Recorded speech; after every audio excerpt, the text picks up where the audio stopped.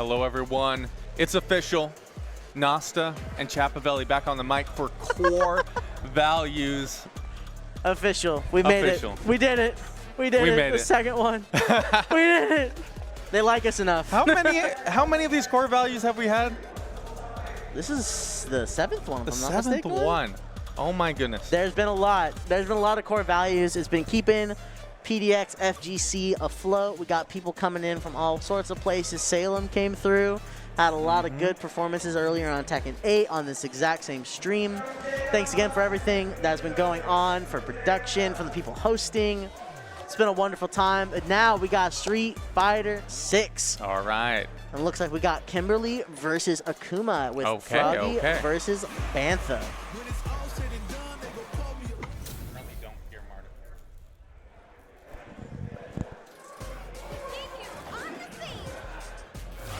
All right, looks like we're going to be starting right here. Bantha I've seen play before. It was kind of like the resident Akuma player with the local meetups. Froggy, though, I'm a little unfamiliar with, but I'm really excited to see how they're going to do. I always like seeing, you know, Kimberly, one of these characters you tend to not see as often. And then we have Akuma, kind of like that character, Mr. Potential. Mr. Potential and also Mr. Monstrosity. Yeah. Like, he is absolutely filthy. Oh, there we go. A perfect parry. Okay, so it's very clear. Froggy knows what's going on right now, but so does Bantha. It's actually just been trading perfect parries between each other. There we go, using the drive reversal, just trying to get Akuma off of her because she knows that something was about to happen. Man, what a way to start, though. Like, perfect parries back to back. We do see the burnout here now on Bantha. Oh, gotta be real careful. Oh my god, going for the dash and going behind. I thought there would be maybe a grab reaction, but right now there's going to be a clean level 1 combo. Is it going to be enough to do it? No. A literal pixel and got caught checking with the light, knowing that it's just immediate enough on the get up that I'll be able to have the back option available. Excellent work. Meanwhile, going into round 2, just spending so much drive meter, a little Noah the Prodigy style gameplay going on. Yeah, I was a little bit confused. I felt like Froggy should have been able to get that grab, but I guess like somewhere in the instance got mixed up. They're trying to catch with the overhead, keeping the pressure going. A little late there on the DP from Bantha. Probably was assuming a more immediate option from Froggy. Got to get full value here. Both players in burnout. Luckily, there we go. Punish. That's the Kuma classic. Oh my god, going for the teleport grab, knowing both of them were in burnout. We got some comedic gaming going on. There we go. DP checking to see when that was going to happen, and immediately they're literally trading tech against each other. They're actually just like, all right, so you did the light thing and then block. Are these the same players, just on like on different characters? Different characters? Because it's feeling like that a little bit. A little bit. Also kind of receptive of the same thing. The combos have not been too extensive. Just been going for like primarily tournament combos. Nothing like too crazy. Cooked up. A fire. Now that's something I haven't seen. I'll be honest. on top of someone, on meaty, like, you know what, go for it. Speak your truth. There we go. Both jump-ins not getting punished at all. Trying to check another one on her side. Yeah, the combos are just not happening. We're not seeing the prep, the wake-up level 3, and just met with the 1-2. There we go. Bantha and Froggy brought it to around 3, but Froggy looking a little more comfortable. Yeah, a lot of wake-up supers is what I have been seeing here. And you were talking, and we were seeing a lot of kind of like 1-2 interactions here. Not really too much long form. No like real big punish counters. But hold up. Good catch here for Froggy. Going level 1 in the corner with that Akuma health. You are gone, buddy. Perfect KO. Yeah, no, this is absolutely an effective round to go with. Once you have a perfect like that, it's just going to try and make it as much pressure and as much follow-up as you can. Just keep it going right now. There, the Bantha catches out 2 built-in mixes right there. Not going to be too effective beyond that point. But here we have it. There we go with the slide, catching the demon flip. And immediately using an anti-air. Good awareness from Froggy. Meets the little 1-2, coast to coast. Takes them across the stage. Gets the immediate wake-up grab. They're in burnout, but they're playing like they are not. That's a jump-in option. Is a bunch of percent. Gets a bunch of set up. And is still holding strong. Uses the level 1. Immediately just gets out of there despite the demon flip happening. This is the way to close out the round. There we go, just using another dash. Misses the grab, but still safe because of the get up. Then where we go, catches with the leg, gets the kick, gets the slide, and that's it. Froggy wins 2-0 against Bantha. The Akuma has been taken down. Reach immediately going for his homie with the win. Good stuff. Man, kind of like a pretty good round one there. I felt like it was back and forth. Yeah, it was close, but then once you get that perfect down, it was like, all right, how do I get out of this position? Because my opponent was just absolutely just mollywopping me like crazy. Yeah. And then ultimately kind of coming down to, well, we don't find our way out. Yeah. It's okay. Bantha has on record said to me, I'll be playing Tekken now. So, you know, if he has an out, he's got an out. What are you talking about? They're like the same game now with these 50-50s. 50-50s, super offensive, infinite guesses. Now that is the way I don't know about other games. people, but man, reacting to Tekken is a lot harder for me than reacting in a Street Fighter. Oh my goodness! Yeah. Okay. I'm gonna show my noob level here. Seeing grabs, I have not gotten used to that yet, and I maybe never will. You know? It's almost like you gotta get them on instinct at a certain point. No, Tekken is a lot of knowledge check and a lot of having history with the game. It's a legacy fighter. Like you're gonna use legacy. But honestly, I think it's to its benefit because the game is that much more interesting because of it. But from looks at things like here, we already got another game waiting up here. We got OmarZu and Chris Yun. Chris Yun, I have played Ken. He plays Ken, if I'm not mistaken. Okay. Might be moving around because Shotos have been all over the place recently. Ryu looking like to be like the second best or the best one. The best in terms of performance. Ryu has probably some of the best results as a single character in Street Fighter 6 currently in the meta, while Akuma has been like a general successor. Like I will say, a lot of people in top 36 with that. He is the only Shoto I have used in bracket, and that has actually performed. Might be it's the only Shoto I've used.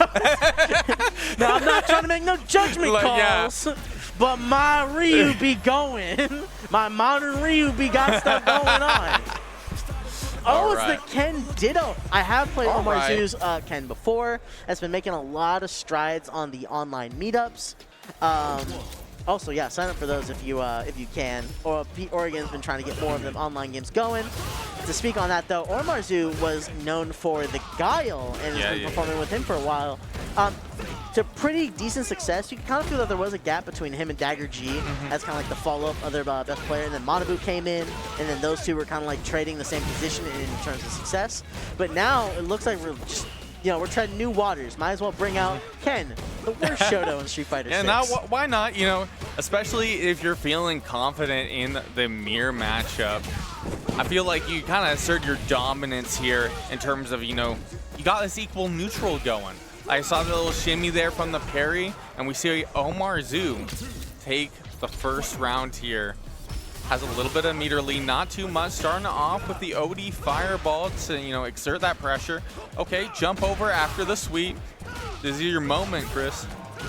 There we go. Just immediately gets the dash cancel. Grab, throws out the overhead off the run, gets the jump in. I can hear myself. Wait. Sorry, chat, but going back into this game, there we go. The drive impact caught him. He's not pressing for those. OmarZu locks in a quick 1-0 lead in this set. Oh, like Christmas for me, man. Oh, okay, awesome. we're going for the rematch here. I thought we might have seen a character select for a small moment, but no, we're getting right back into it. We are in, you know, that 1-2 format. So, hey, OmarZu 1 game away here from moving on. Chris Yun kind of in a, you know, more scary spot. I will say, having played Chris Yun a couple times throughout the launch of this game, he's been sticking to Ken for a while. So this is someone he's very, very comfortable with. It's going to be kind of a check to see if OmarZu's got the familiarity with the mirror match. Of course, we did see the 1-0 victory, but right now, very, very, very good pressure on the burnout. Forcing the burnout themselves, though. Now we kind of see the prodigy, you know, the ideology, right? Yeah. In the wake up. But there we have it. Chris Yun taking a round, being on the board against OmarZu. First round of the set, by the way. All right. Able to catch with the crouching medium. Corner pressure, going for the jump there from the drive reversal. The drive reversal quite a bit late there. It was very premeditated. Yeah. It was very much like I'm sticking this. Whatever happens, happens. You know, sometimes you have to have that mentality. Other times in this game is like this where you explode so fast, you gotta be a little choosy when you're gonna be like, I'm gonna commit to something like that. Like there's a lot of benefit to the risk, but you know, it's that risk reward, high risk, high reward. I don't know where else I was going with that. Reward, parentheses questionable. There we have it. The risk is certain. The risk is certain. Yes, absolute certainty with the risk. Reward. Okay, good. But we catch. will gamble because we love to. That's how we do. We love guessing. There we go. Quick 1-2 with the Tatsu to immediately send Omar into the corner. This is a good place to be, but immediately just chooses to go in the corner themselves. They like it there. It's comfortable. It's a safe space. You know, Chris was really trying to keep the pressure going there. Got caught on the dash in. Can definitely find another opening here. Oh, but man, losing that meter there for the OD fireball. Caught in the corner. Was that fireball? I didn't realize it had so much wake-up time or startup time before it came out. Like the projectile goes fast, but man, he can't be doing it too close to your opponent here. What a catch. That is level 3, and that is a other round here for OmarZu. And that's it. That's it. OmarZu 2-0 closes it out. Are they aware of that? Wait a minute. Is it first to 2 or first to 3? Should we let them know? All right. They were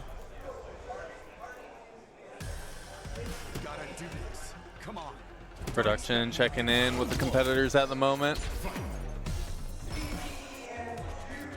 First to 2, are they? Okay, they realized. Okay, I got stressed for a little bit. Like for a second, I was looking like, at each other. wait, like did they like, you know, maybe like switch Kens at some moment? You know what like happened? They're just like, we just love Street Fighter 6 so much. We're just gonna keep playing it. We're just gonna. They thought they were in top 8. Oh, okay. We got a little farther than that. All of top 8 is gonna be first to 3. Is that being confirmed? It is going. The voice from behind the curtains just gave me a raised shoulders and a good luck. And so, I believe I heard from our main TO for Street Fighter that it will be first to 3 for top 8. Okay, that's good to know. I have not been informed. I rounded a corner and he said, "You have a job to do," and I said, "I do, goddammit, I gotta do my job." But awesome stuff. I'm really excited to see how the top 8 is going to go. Ooh, I like the 2 that are coming up right now.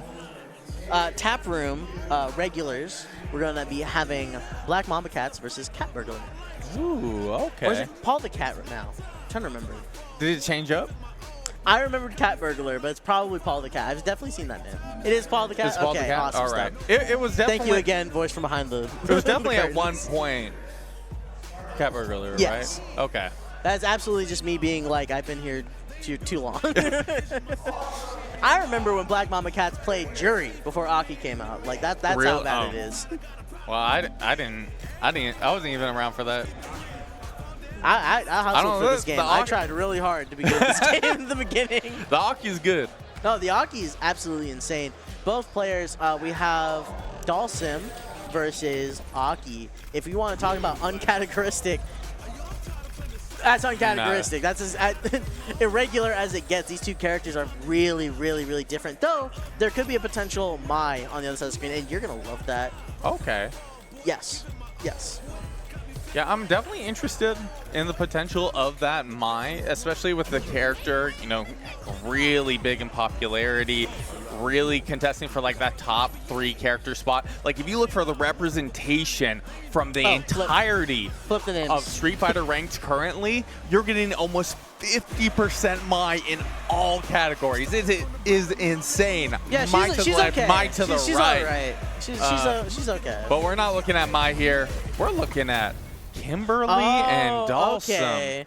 Yeah, I was seeing this on the online, on the ladders going on every Wednesday, and the Kimberly has been pretty frequent.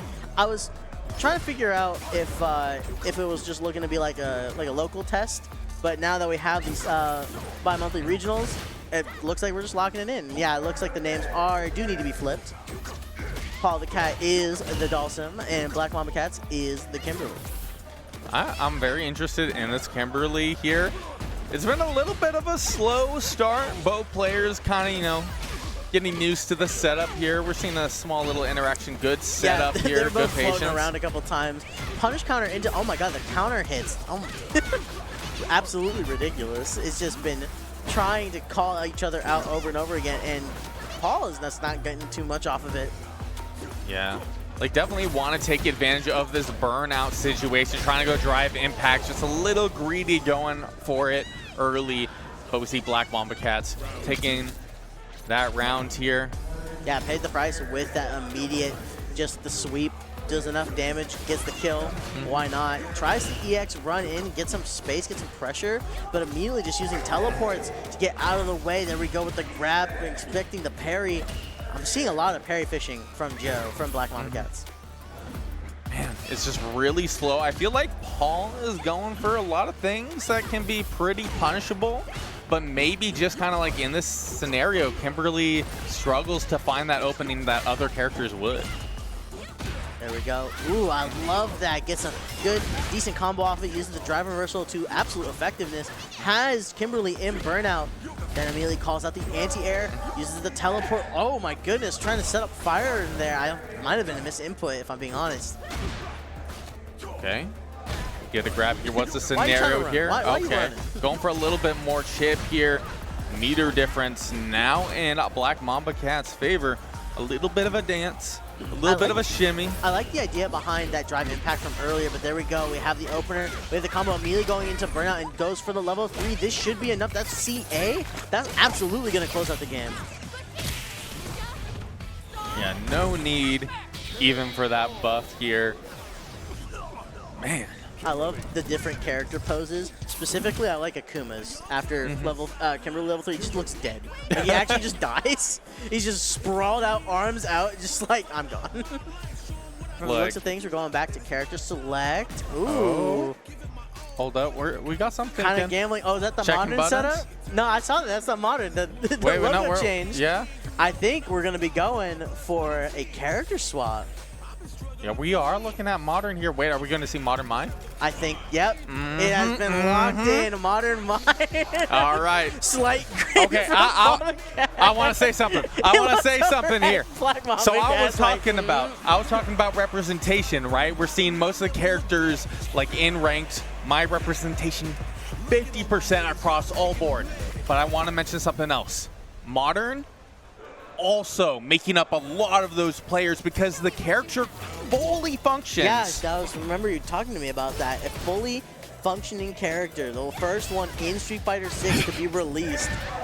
And it's off to a little bit of a rough start as they're trading EX options. Like you do end up losing a few buttons, like your standing medium punch, which ends up being kind of like a good poke tool. You can get it from like some extensions, but is non-essential to a lot of Mai's combo game.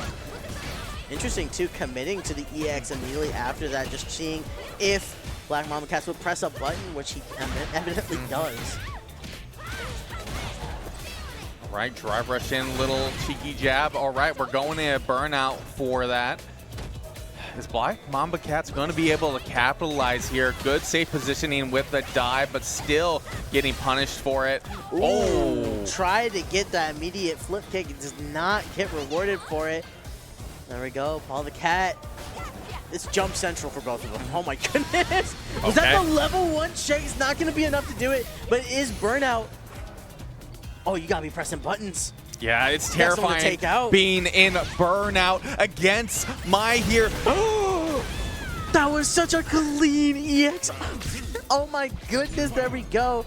Blackmambacats is on the, Paul the Cat. There's a lot of cat-themed tags going on right now. Just takes the first round. This modern Maya paid off. They cannot deny it. There is something to be had, but now even more so. Kimberly with level 3, a grinder, permanent buff throughout the rest of the match. See that pose? Like, she's gone. You're not alive after that. Yeah, like Blackmambacats being really careful here because overall, I would say in terms of that width punish game. My will win in a lot of scenarios. Goes for the drive reversal, forcing the burnout here, throwing out those fans, trying to catch with the dive there. Luckily, because of the burnout, I think it ended up more safe. But Blackmambacats in a good spot here, taking that round. Paul, in a little bit more of a scary position here now. Remember, Blackmambacats took that previous round here, very close to possibly taking this set. Gotta get some good with punishes. All right, goes for the light auto combo.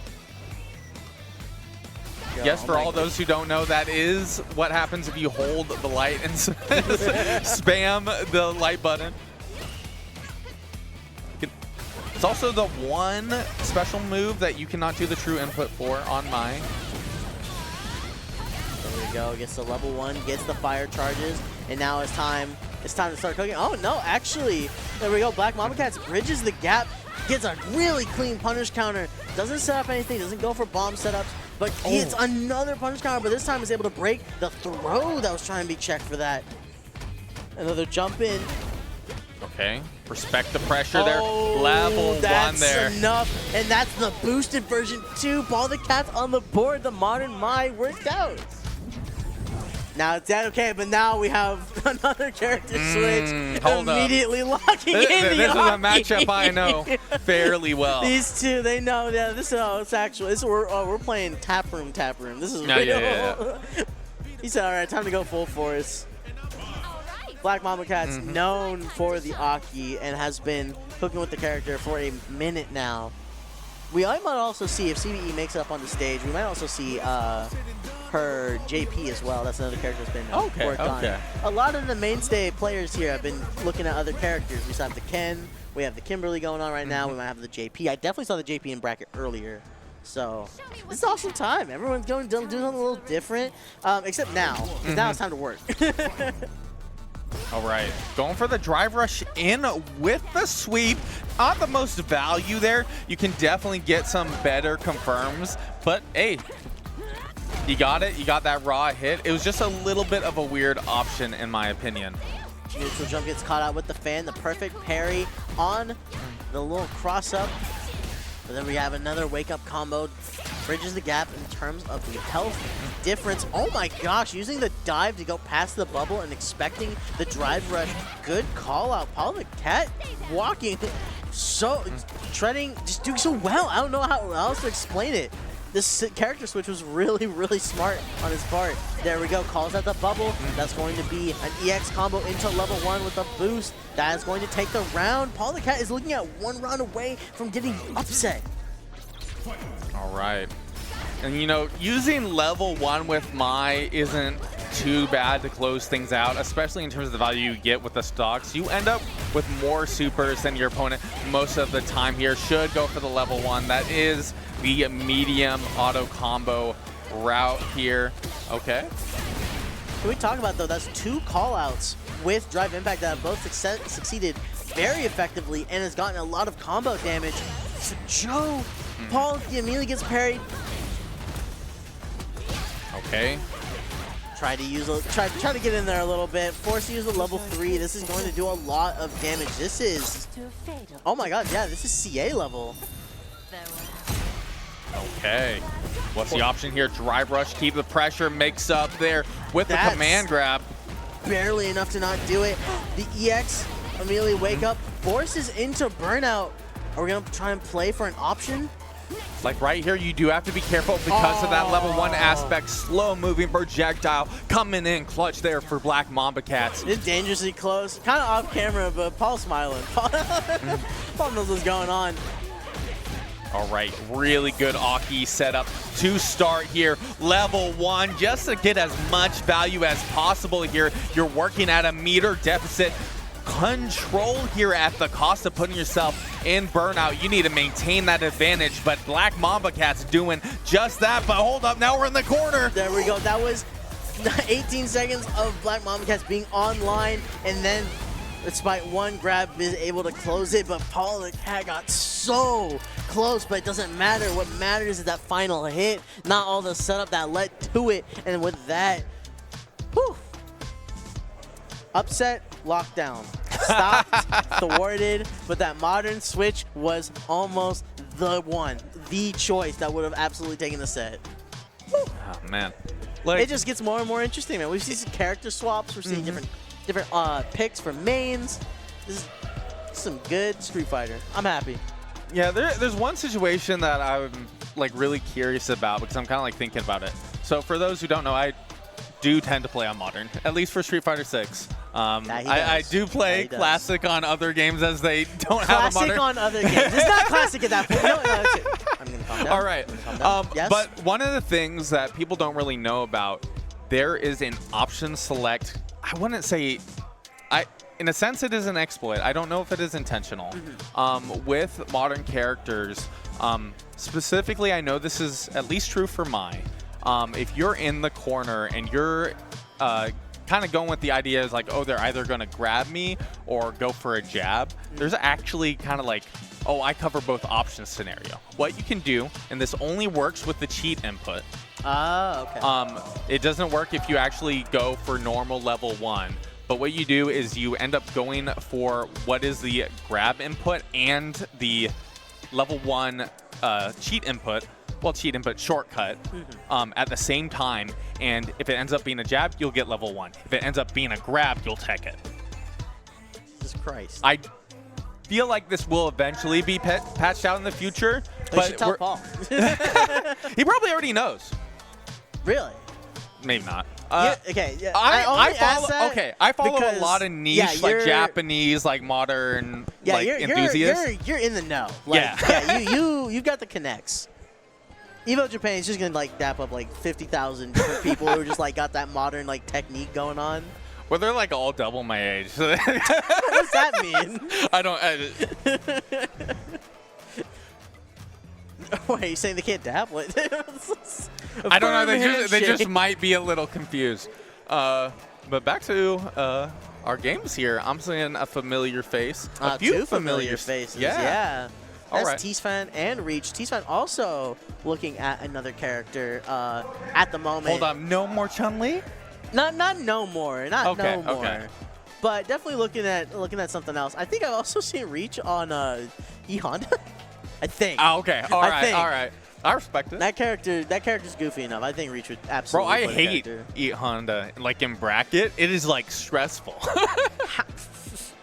All right, fair enough. like it's the character you don't want to lose to in a competitive setting. But the character has really decent tools. You like really get that kind of embodiment of sumo. I feel like Honda has done really well in this game.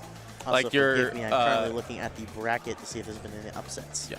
So your standing like medium punch kind of works as that like sumo spacing tool. You can kind of like condition people, keep them in the corner. You know, they have to respect it. You have that headbutt as well as the butt slam aspect in mix-ups with the grabs here. I am curious if we're going to see the Honda. It is earlier in the bracket, so if we're going to see it, this is probably the most likely time for it. But in terms of the matchups, because Reach, you know, kind of given the name, no more for the Dhalsim. Oh. My homie Mokembe beat CVE. Okay, Mokembe. I saw Mokembe. Modern Jamie player. Why did I forget the character's Modern name? Jamie. Modern Okay. Jamie, yeah. It's a choice. But hey, when you're comfortable, you're comfortable. But now we have Reach versus TSPhan. I hate Modern Jamie. I'd take Classic Jamie any day. Playing the character. But I'm curious on like... Can you not me personally, my friend Success? Okay? No, I think it's cool. Let him have this. Yeah. I'm for, you know, Modern getting fleshed out and adjusted and, like, you know, kind of get rid of the super negative aspect that people have with it. Whether that ends up being nerfed, I just like 4-button fighters at the end of the day. I do think a lot of these auto combos are a little overtuned. 4-button fighters. That's you know what? Fair enough. I can't. If that's like the methodology behind it, yes, I get that. Also, kind of on the subject, TSPhan on his way to this match between Reach actually played Mokembe as well and also went 2-1. Okay. Interesting stuff. Reach 2-0 against Tofu Tom prior to this as well. So Reach looking like the #1 seed for this tournament. He had probably one of the farthest runs. Oh, actually, interesting. And Reach? Inconceivable is the 2nd seed. I only am surprised by this because Inconceivable was sitting winner-side Grants in the last core values against Reach, having Reach beaten Dagger G, not Dagger G, no, having lost to, oh my gosh, the name is escaping me, who also got 2nd at that tournament. But anyway, or 1st. It wasn't Tyrania, was it? No, it was not. No. Yeah. That was the one before. But to the game here, we do see the Chun-Li here from TSPhan. Yeah, no, it's just out the gate, immediately playing the main. I'm curious to see if TSPhan's been looking at playing another character throughout this tournament or through this bracket. But either way, these are 2 mains between both respective players. They're absolutely not holding back against each other. Reach having several really, really good core values runs, as mentioned prior, getting 3rd at the last one, which also had a really good player turnout. And TSPhan's also been kind of just someone who's always been in the...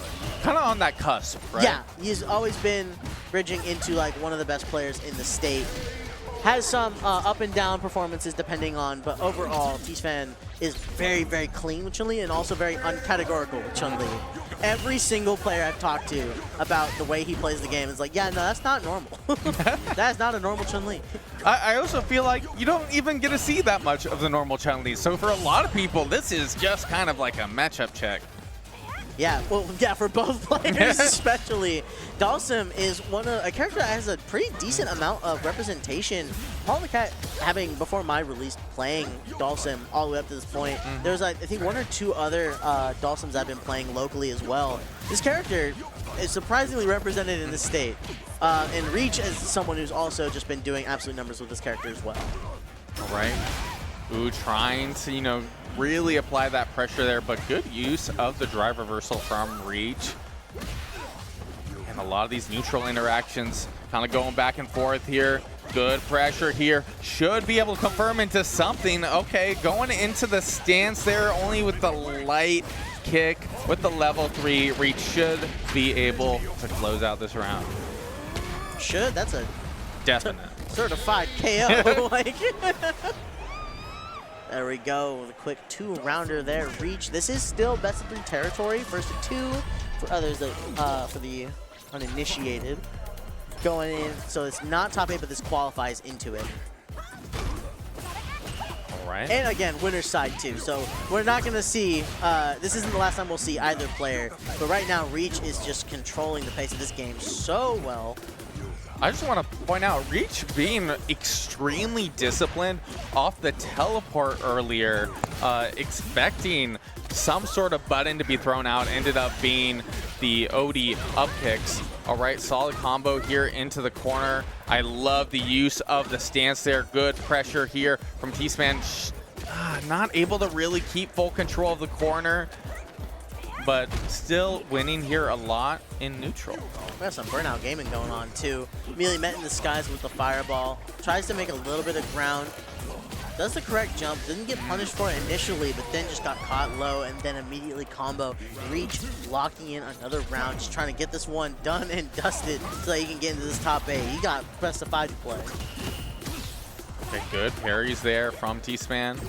Once again with the stance there, but caught by the floating man himself. He is floating. I'll give it up. And he's teleporting too. The teleports have been really clean as well. I like that. Use the quick pace. Karate chop in the air out of excitement, I guess. I don't know. Okay. Anticipation. OD. All right. Spinning bird kicks. There we go. The quick 4-piece. Oh, hold on. I don't know if that's going to hit. Nope. Excellent setup. Oh, no. But still came out. The damage there as well as the meter difference here. TSPhan got to be real careful here. Able to get a little value, but caught by the grab. Yeah, he is, I scared, mortified if my meter was that low and I'm still parrying. Like, I think even Reach caught on this like, oh, you're still going to do it. You're not deterred. And then immediately went for the grab there. That's going to be Reach with a quick 2-0. Very, very clean work on his end.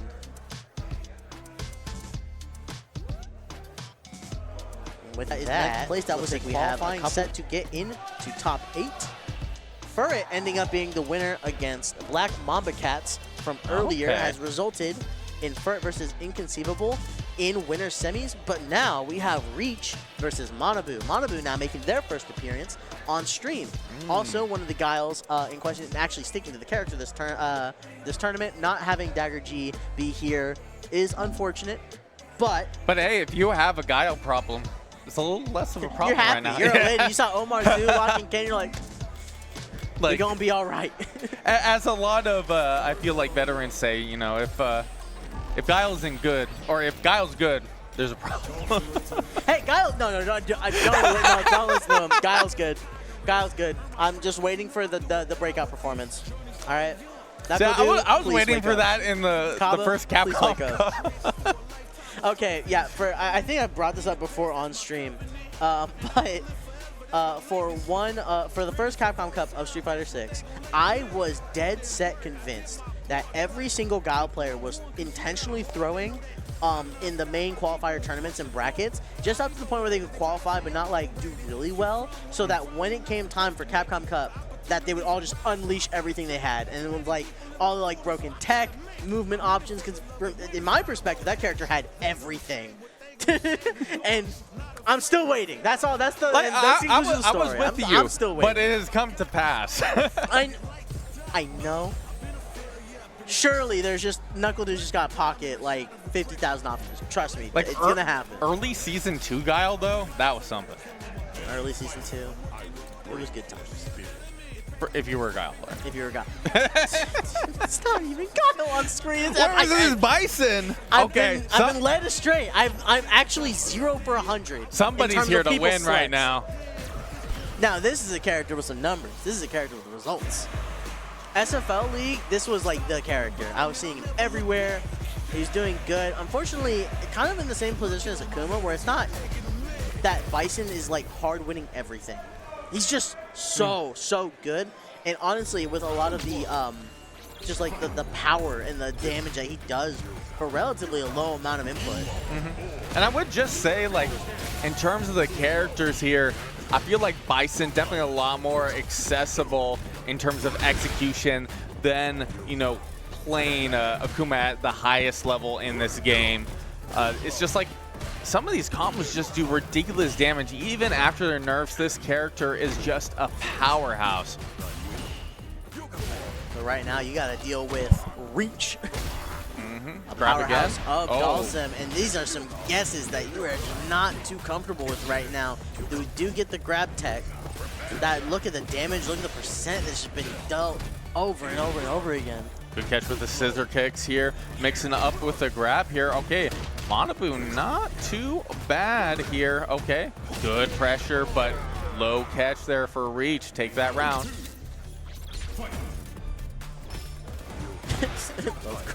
I'm sorry. It should not. It's not funny. It's for me it is, but. Okay, good catch, good spacing here. Reach taking it slow here. There we go. Oh, called out the fireball, or called out the fire breath. Okay, get that meter back for now.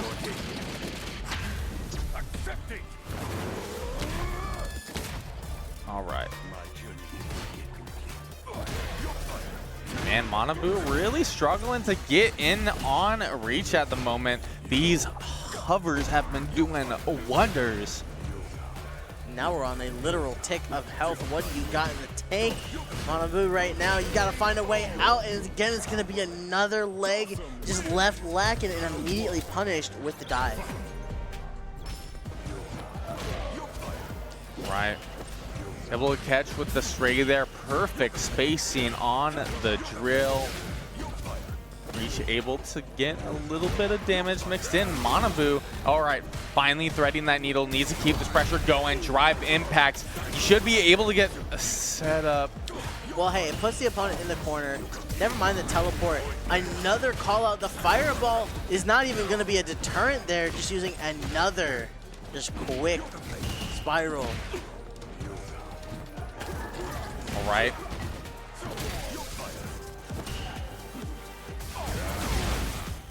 All right, what's the option here? Oh. Caught by the fireball. You thought it was your turn. Too bad. There we go, just a little 1-2 with the punish counter there. Manabu's just trying to find just little tiny things. All right.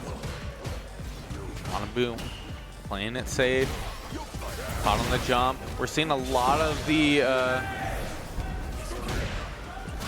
meter usage. Man. I think he was trying to bide his time so that he could be able to get the input. Just like the skirt under the fireball with a cancel. But unfortunately does not pay off and is actually put into burnout in the corner. Forced to try and check here and there. Uses the level 1 to get out. Definitely, I feel like that's solid utilization here. If you're able to get one good medium conversion, you can probably get into level 2 and at least take this round from Reach. All right, what's the option there? Trying to go for the grab. Paired for some of the meter back, getting a few stray hits, but no follow-ups. Oh, what a drill catch. Oh my gosh, trying to EX out of there too. Oh, man. And the counter hit, trying to do an input there. Reach has now brought it to round 3 in this game 1. Manabu had the opening, had the potential to do so. Okay, going for the drive rush in with the anti-air. Drive rushing in back again, but now in the corner. Okay, meter difference, not too bad here for Reach, but getting this reset once again in the corner. A little bit of that hover grab once again. No actual throw loops here, but kind of just lost in the sauce. Drive reversal set, get back in the corner there. Able to avoid the punish. Level 3 here, hold up. The scaling's gonna be solid here, but I don't think it's gonna be enough to kill just yet. Dangerously close though. What do you got in the tank? You spiral, put yourself in the burnout, and that's gonna seal the deal. You don't even get to cash out your CA, and Reach wins that round as well. 2-0. Reminder, this is top 8, so it is a best of 5. It's dangerous waters to be down this many games. Still trying to figure out your footing too. Oh, was trying to go with the lingering overhead, but man, Reach just not letting it happen. And those teleports are also a very, very clear signal that we have now gone aware of when we're going to be using the spirals. All right, what have we seen here? All right, good pressure. Using a little OD meter. Good meaty, trying to just get a swing, trying to get out of there. But it's not going to work out. Reach is running away with it, I'm not going to lie. All right, Manabu here in a scary spot in terms of maintaining this winner's run. All right, these are the conversions I've been waiting for. Mine in place. What's the option here? That's a crouch. There we go. You're going to get caught by that. There we go, thrown into the corner and burnout. He tried to cash out as much as he could, but it's going to cost him. And people have not been able to avoid the level 2 from Dhalsim there. Manabu having to use the level 2 to get out of the corner here. Good catch here, trying to catch the overhead. Good call out, but Reach knew that there was going to be trying to be a mix up into the extension, and that's going to close it out as Reach wins 3-0 against Manabu. But like, there was just little quick scrambles that you could tell that this was supposed to be the pocket that Manabu was supposed to win out, but Reach just hasn't that much more knowledge of the matchup. The matchup check, again, the ultimate defining piece of when you're going up against Dhalsim. You gotta pass it, and then you have to beat Reach afterwards. But with that, Reach seals his place in winners finals as Inconceivable awaits him there on the throne. Furret being knocked out of winner's side 3-1 in the set. Okay. And from the loser's side, we've locked in OmarZu and TSPhan in our top 8, and Marco J and Blackmambacats being played offline. Marco J we haven't seen at all, actually, in this tournament. What is going on? We are back with Core Values. I'm Chapavelli, aka Flex Luther. This is my boy Nasta. How's it going? We were here earlier, but now we're going to be continuing our Street Fighter 6 journey. We got some top 4 going on right now. Inconceivable and Reach are now finally making their winners finals match known to the world. I'm really excited to see what they got going on. Oh my gosh, we go to player cam, by the way. Oh, we got the shades. Bro means business. Dude, this guy's about it. Wait, no, hold up. with the stash too. I feel like this is a persona. I don't believe that's Reach. I'm gonna be real. That's an alter ego. All right, but we're seeing the DJ here, tried and true. But now, this is, interestingly enough, this is Inconceivable's first appearance on stream, by the way. And this is someone who got all the way to grand finals of the last court values with Mikesy, I remember the name now, being the one to ultimately stop him on his journey from taking his first court values within the tournament series. This guy's always been, as Reach has said, it's always been a question of, is this Inconceivable's tournament? And so long as he has not won one, I'm going to be milking the shit out of that for the rest of my casting career. Man, it's looking really scary here for Inconceivable, especially in Burnout. That grab is going to close it.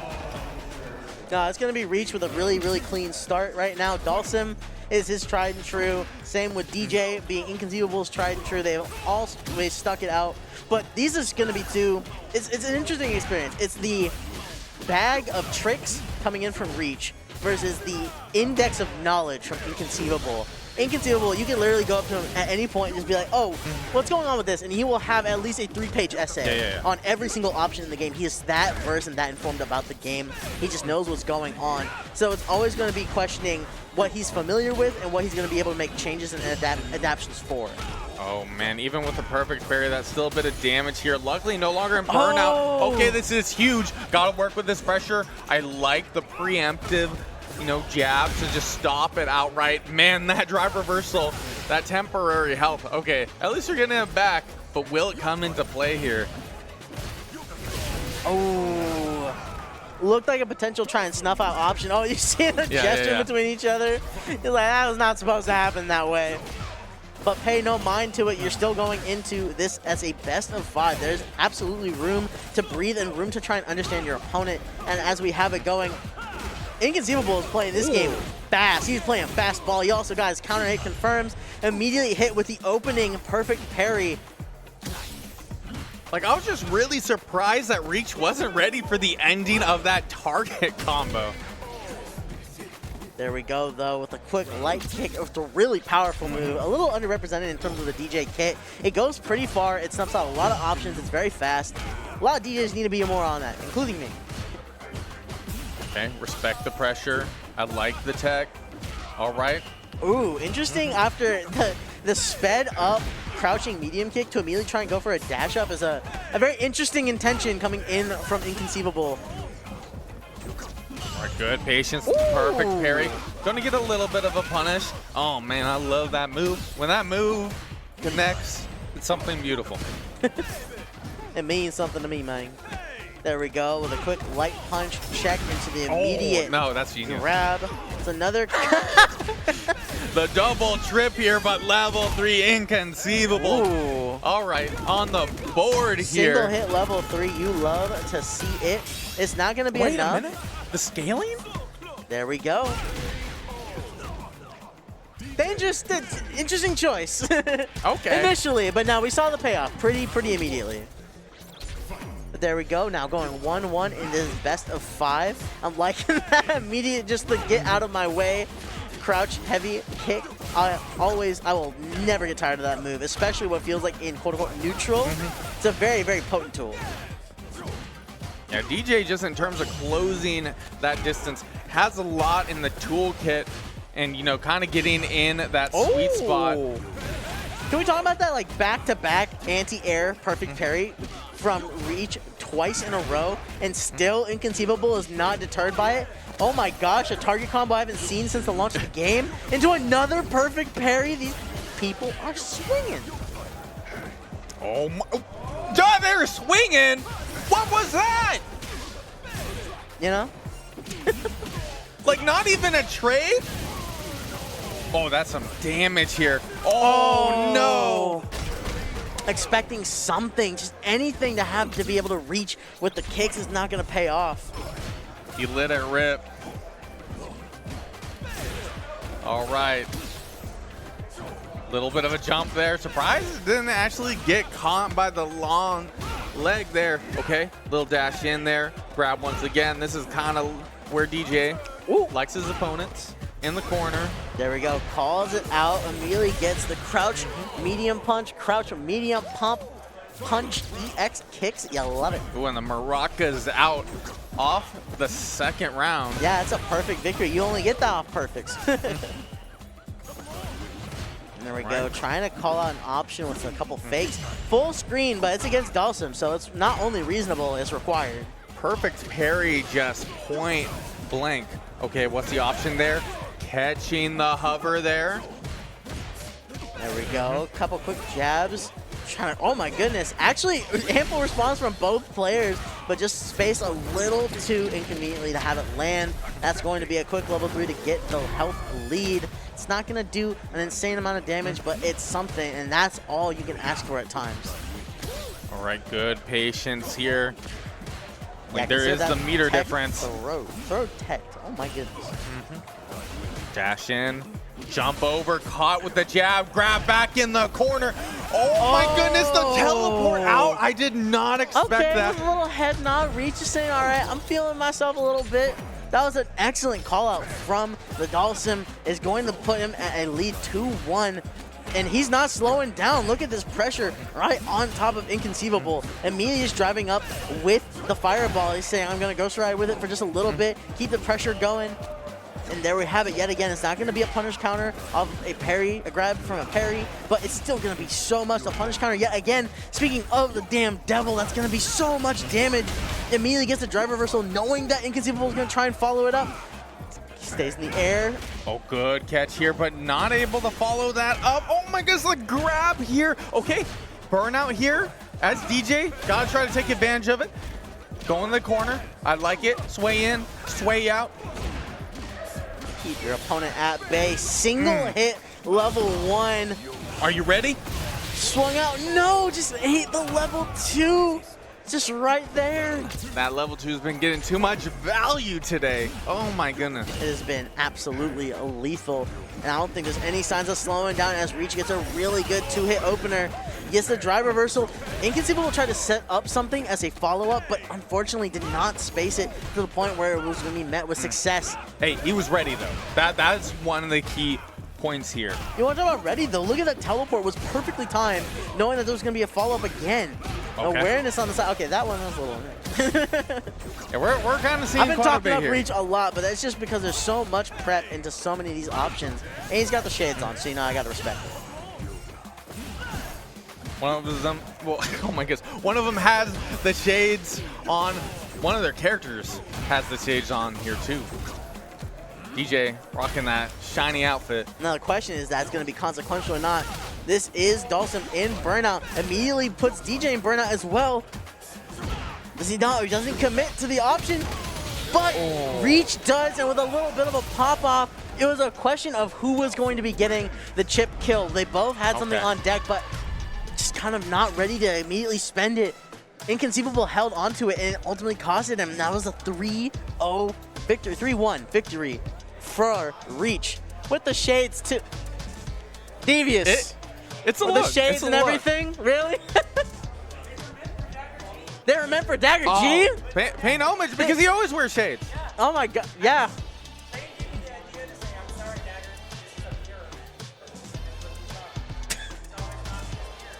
Well, I'll be damned. There's lore, there's lore in the shades. There's lore going on in the sets. It just, you love to see it. Core Values just keeps the story going. They were meant for Dagger G, but he's not here right now.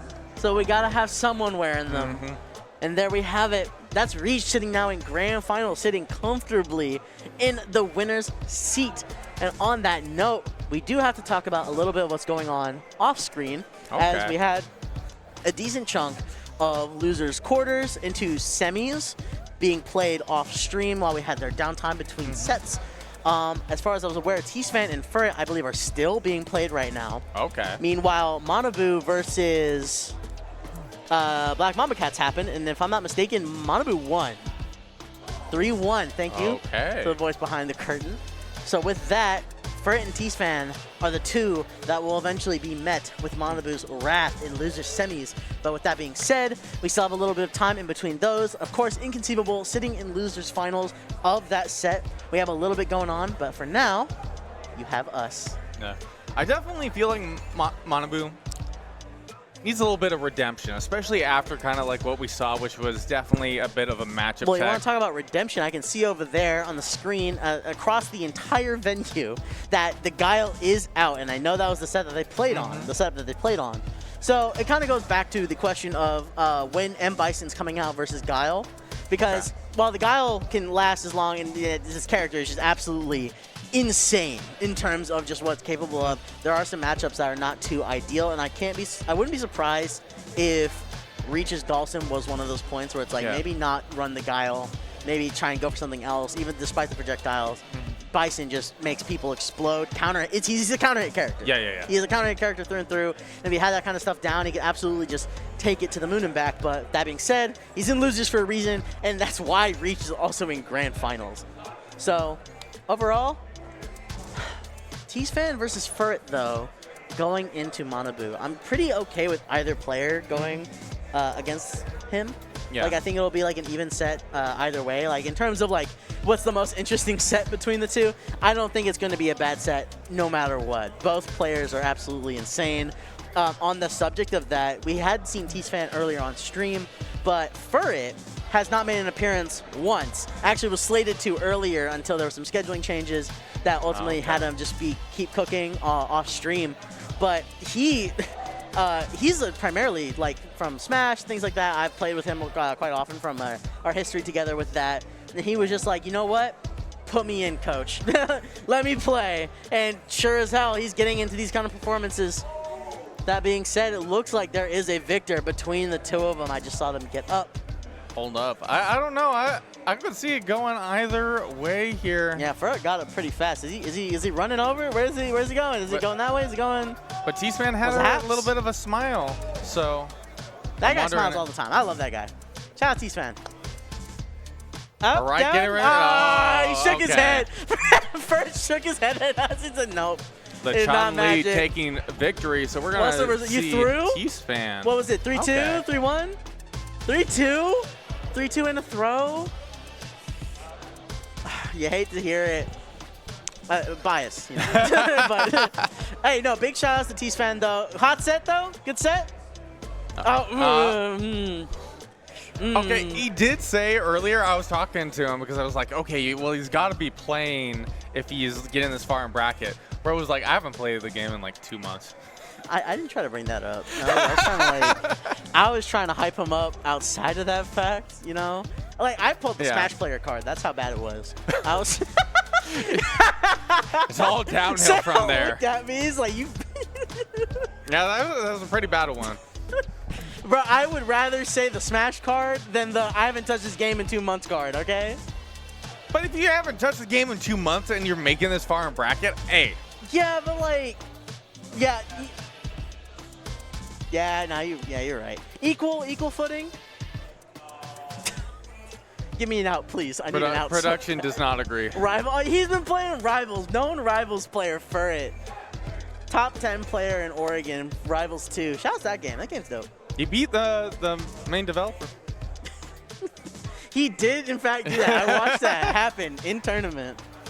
Grant Kirk? No, that's rare. That's Grant Kirkhope. That's Dan Fernando? No.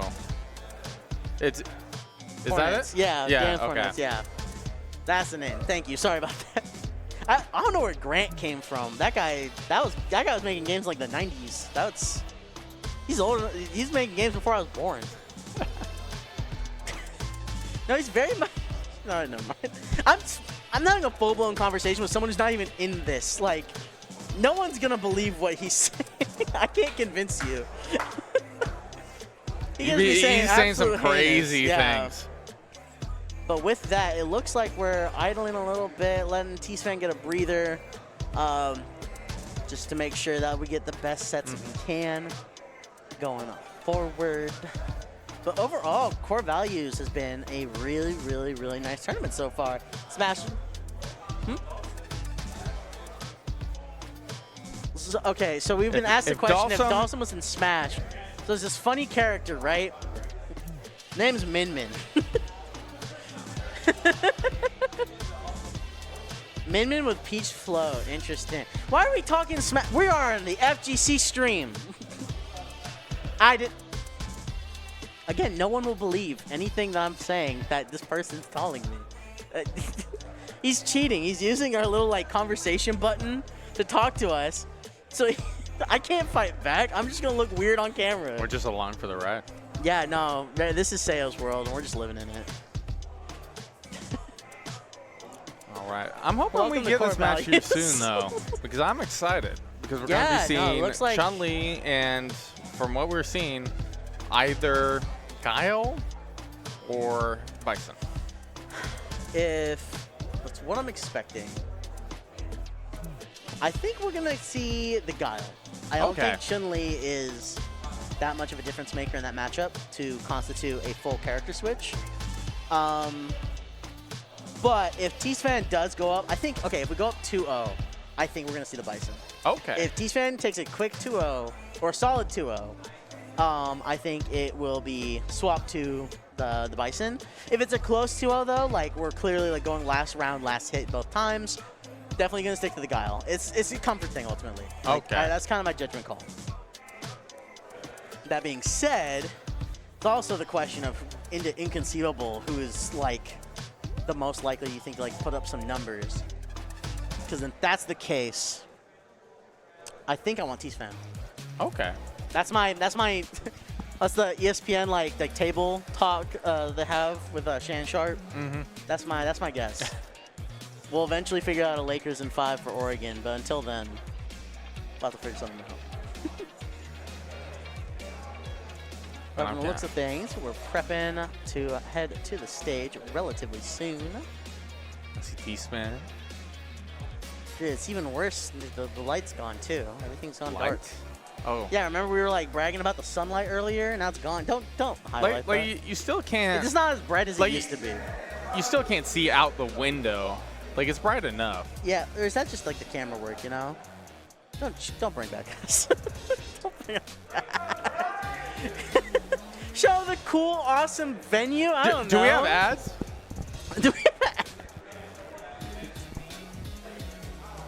You know what? Yeah, let's go. All right. Let's talk some ads. Let's say some thank yous. There's a couple interesting tournaments coming up, but also the people that puts it on these streams for us, Tempest Stream Productions. We've been working with them for a long time across fighting games, across Smash, everything you can think of, even all the way up to Yu-Gi-Oh! They have been absolutely prolific in the streaming game.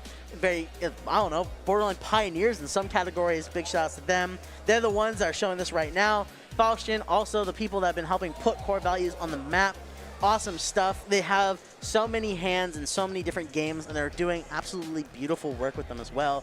The PNW FGC Player Collective, no soulless sponsors. They're also really big in Soul Calibur 6. Absolutely, I don't know, cornerstone of that scene. I've been making Portland one of the biggest parts of it in Revival the world. locally, kind of bringing attention to it once again. You know, really showing appreciation for a game that, you know, has definitely, you know, stuck on the PS4 at the moment.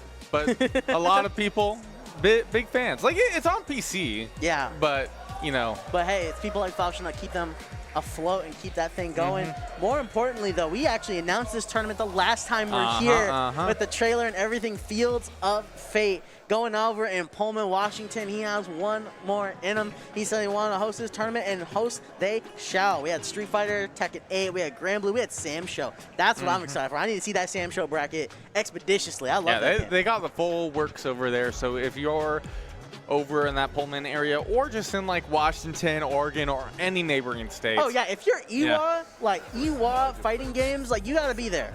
That is a must-be tournament you gotta attend. But right now, we're in the PDX. We're in that PDX FGC. It's Manabu versus TSPhan. This is PDX homegrown right now, and we're going right into that Guile Chun-Li. We called it. Yes. Okay. This is the only one I'm gonna have all day.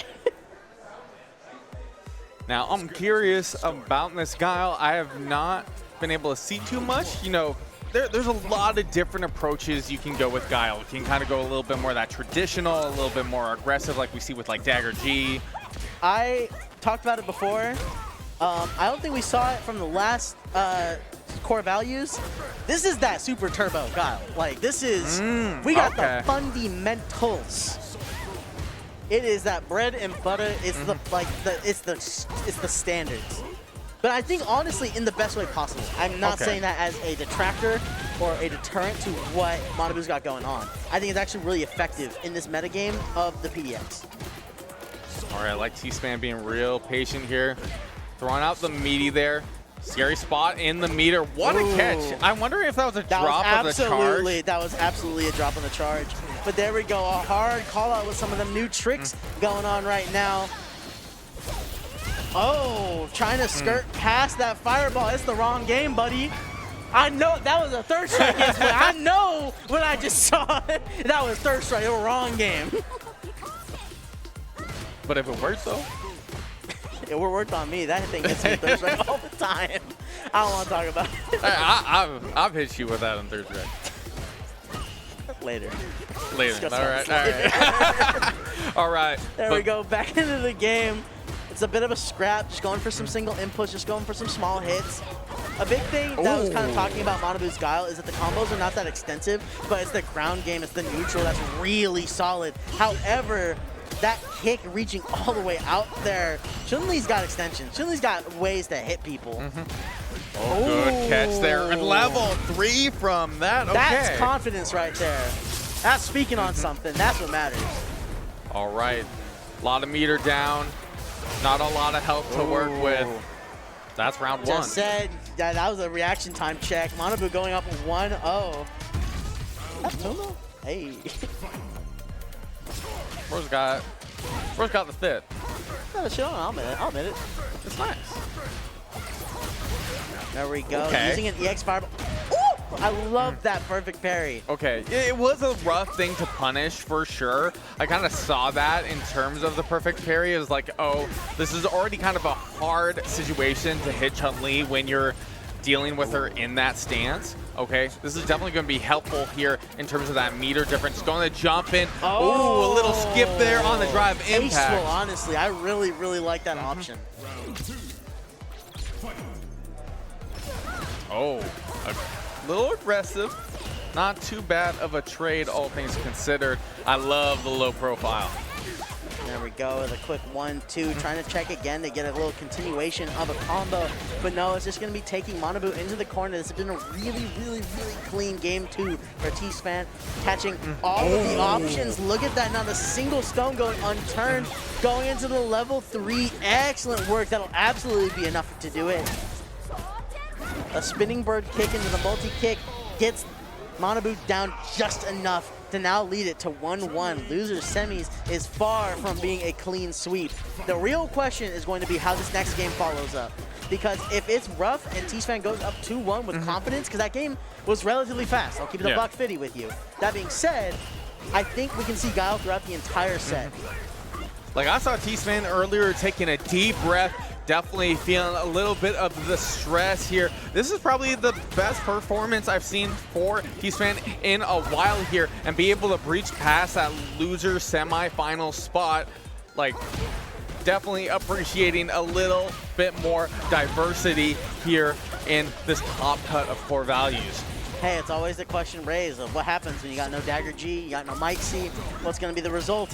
Ooh, interesting to go for the kick there. I expected something else, but no, that's going to be going up. TSPhan now up around in this game 3.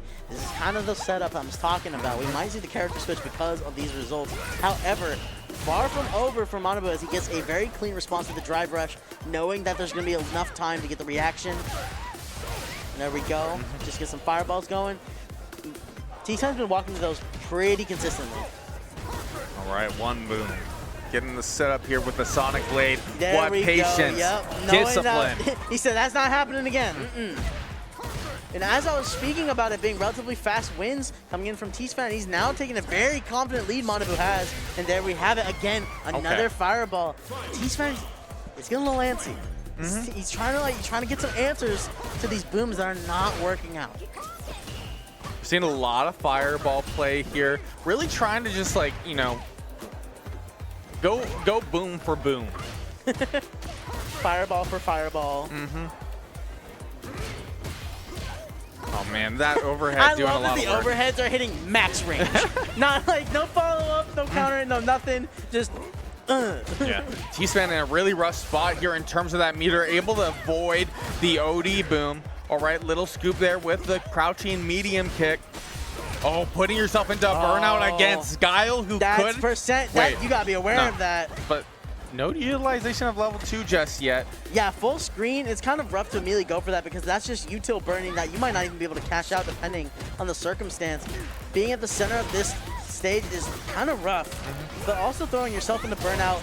Oh, wait a minute, getting hit by the boom, actually avoiding the flash kick. Hold up, not a lot of help to work with. There we go. Excellent call out though. Manabu, he said, meet me at the skies and you know what you will find. 2-1 for my boy. Shout out to the Tempest logo on the headphones, by the way. Clean. Clean. Sayo knows. Going into this game again, immediate corner position, having a little bit of an advantage. They immediately met with the spinning bird kick, putting back in the center, putting back into neutral. Okay. That's the water between the two. Good punish. At least just get the punish counter. Let it be known that you cannot be using that option against Manabu. Okay, good catch here. Full screen combo here. I was waiting for the utilization of an overhead at some point there, but Manabu was ready in that instance. Once again, we're seeing never again a situation, low meter here on TSPhan's part. Level 1 on both sides here, but Manabu just, playing that old-fashioned Guile game. Where are you going to get in? When are you going to jump? How are you going to avoid these booms? They just keep on coming. He's holding the fort down. Oh, anticipated a jump-in option. Tried to go for a simpler crouching HP, but it's not going to reward too much. There we go. Set up blades. Again, EX is really fast. You can block with that. Calls out the jump out. He knows Chun-Li wants to be in the skies, and this might be Manabu's ticket to going into the next set, going into losers finals. But TSPhan is so far from gone right now. Okay. Safe pressure. Boom catch. There we go, using the first hit of Sonic Blade to immediately get rid of Chun-Li Fireball. Oh, you could see that there was an attempt to try to do a call out from TSPhan's side. You could see there was a counter hit on that screen. But this might be it. This might be the closer. It really depends on what. Oh, it's burnout, and it's gonna be the 3 HP, and that's it. 2 HP, forgive me. That's it. Manabu goes 3-1. Didn't really have a lot to work with. Once that burnout ended up happening, even with like the level 3 on deck, I was like, this is going to be so hard to come back from. But Manabu moving on. Undeterred. Undeterred. Oh boy, not stressed. All right. The nod. It's lovely stuff. There's no other way around it. Now it's going to be going into losers finals versus Inconceivable. This one, I think it was only the Dhalsim that we were seeing the Bison. I think we're going to see a full-blown Guile. From my own personal opinion of the matchup, it's like what I would say 55-45, like worst for DJ. Okay. I think DJ does lose to the character, quote unquote. Oh.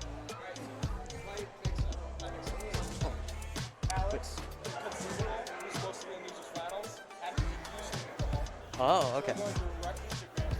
Okay. All right. We have been updated. Unfortunately, Inconceivable did have to bow out of the tournament at the last second, had to go take care of some things. So unfortunately, he will be closing out his performance at core values at 3rd place, meaning Manabu has now automatically moved up to grand finals. All right. All the questions earlier are now inconsequential, as we now have Reach versus Manabu. This is the run back between the two. This might be Reach's chance to finally take a core values title, and this might be Manabu's chance to get the revenge and then solidify his place in this region. Like, he's taken core values on occasion before, but it's been a bit. It has been a minute. He has easily the most prominent breakout tournaments he's had have been the core values that I've seen him play in. He has done really well in some, had some harder times with others. In Oregon, there is about 3 to 4 really good players. And at one point, Reach was trying to break his way into there. There was what, Dagger G, Mike C, and then Nelson. Okay. That were running everything. And then as a bit of a wild card on top of his own character, Reach then comes in and is starting to gain those wins on those players.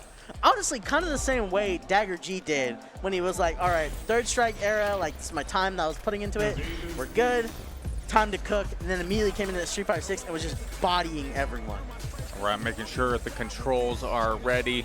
Definitely something you do not want to be dealing with once we get in there. We see the Dhalsim selected, and we see the Guile. We got grand final for Street Fighter 6 core value 7. It's Reach versus Manabu. Manabu coming in from loser's side. He has been given a very, very gracious gift of automatic grand finals. He was ready to fight for it all, and now we're going to see if he's willing to fight for a title here and now.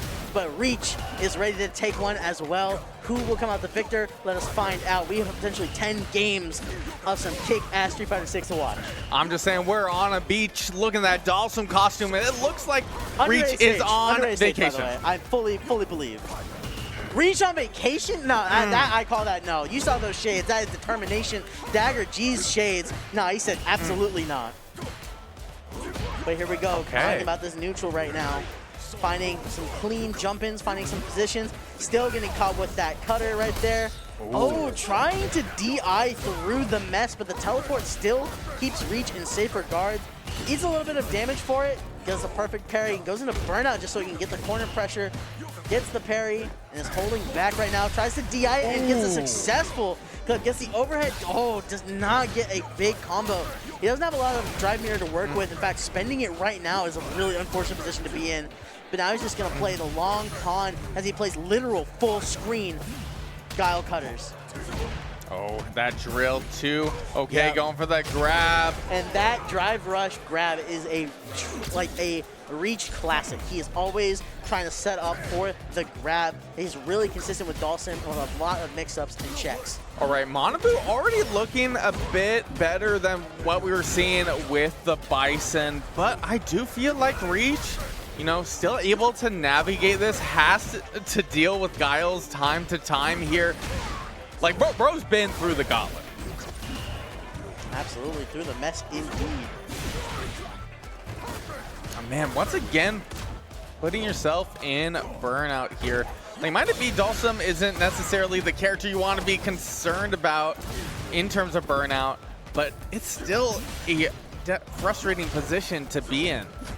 Keep in mind, too, as we saw there with the level 1 interaction, it is invuln, but it's not Fireball invuln. That is the great weakness of the Guile super, level 1 super. But it's not going to matter too much as the trade-off of having an opponent starting in burnout, good teleport, doesn't get a full reward off of it. Oh, but there we go. Immediately checks that there was going to be a follow-up, and thus we have a round apiece. It's not a free win no matter what. All right. Manabu a little bit behind. Not by much. Hold up. Okay. There we go, just immediately just uses the EX boom to cut away from the neutral. Gets caught jumping though, and immediately does a wake up EX kicks as well. Okay. Damn, Reach being a little bit more aggressive now. Was able to get some meter back, definitely with those parries. I'm seeing a pretty decent lack of empty hops from everyone today, honestly. And a lot of people have been getting the jump in perfect parries to just deter and detract each other from doing those kind of approaches. I'm curious to see if someone's going to start mixing that up just a little bit. There we go. Okay. Little dash in too to, you know, keep the spacing. Kept jabbing, seeing if Reach was going to press a button. We're seeing so much burnout gameplay from these two. Okay. If Manabu plays this safe here, should get meter back here. Yeah, and he has full meter too.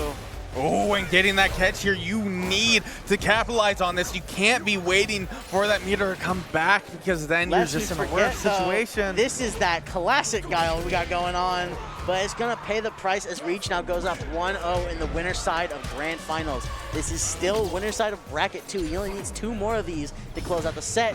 But Manabu's clearly got some gas in the tank and bringing it really, really close to that first game.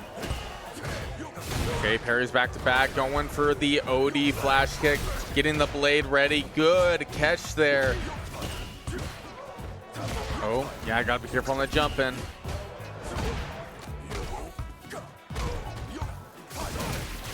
There we have it, trying to jump away from the jump from the boosted boom, as well as still now with equal force. Gets the quick level 1 combo on Manabu and gets the counter hit grab. You love to see it. Keeps him at bay, gets another one, just having so much positive frames and so much guessing going on from Manabu's perspective. Oh, Manabu. Oh, once again, I feel like we saw a miss on the charge there. That was a flub if I had ever seen one. Unfortunate for Manabu as one round up. Reach has a way to get this a quick 2-0. We might see the Bison come back yet again, depending on how this goes. There we go. An empty hop grab on the perfect parry. Little mess up there. I think the parry was going to be a drive rush. Maybe not. Maybe you we psyched be yourself flubbing. out. We be flubbing. It's okay. Oh, speaking of, right there, I'm surprised I didn't. There we go. There's the burnout. Wake up level 1. Yep. Gets caught with another boom out of the sky. Another fireball puts him into the boom yet again.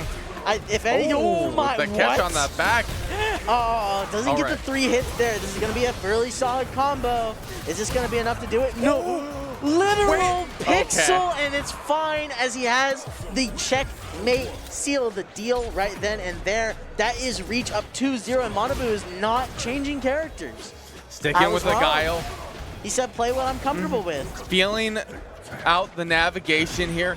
Doing already pretty good here on game 3. I'm starting to feel a little bit more of that Manabu energy locked in here. All right, we're seeing more aggressive play. We're seeing the Manabu go in. We're seeing a perfect KO to start this game 3. I'm loving it. It's just consistent, powerful hits, little strings here and there. It's kind of scary to play with. I feel like we need to be seeing a couple more modern options. I mean, no real way to put it. Just get a little more going for Manabu to be able to tie this game up. But a round to start with a perfect is nothing to slouch at.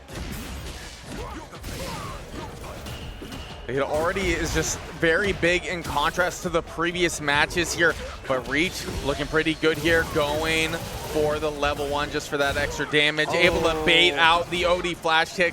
That's some distance. Oh my goodness. Met in kind, that might not have been a perfect, but that was a very, very dominant start, or very, very dominant way to end that round. Now, one apiece, but we have a perfect parry on the low dive. That is punishable as we get further pressure into the corner. Oh no. The timings on the fireball were a little off, and now Manabu is put into the corner. Respectable amount of drive meter, though. It's going to be a question of how to use it. It's going to be an immediate EX kicks to just get out of there. Gets a perfect parry. That's what you need. Absolutely. Look how low your drive meter is. Slowly crawling back his way into neutral. They've almost reached the center of the stage. Eats a boom. There goes for the EX, catch. Calls out the air. Overhead. Gets the overhead to push him down back onto the floor. Oh, tries to jump in the call, but the teleport was absolutely perfectly timed. Another jump called out, another sweep, another kick.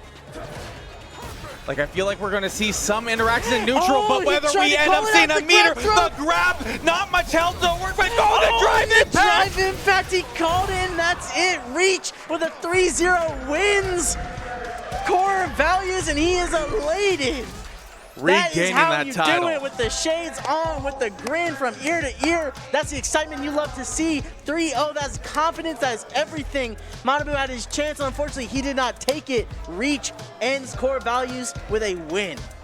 I do want to appreciate what Manabu was able to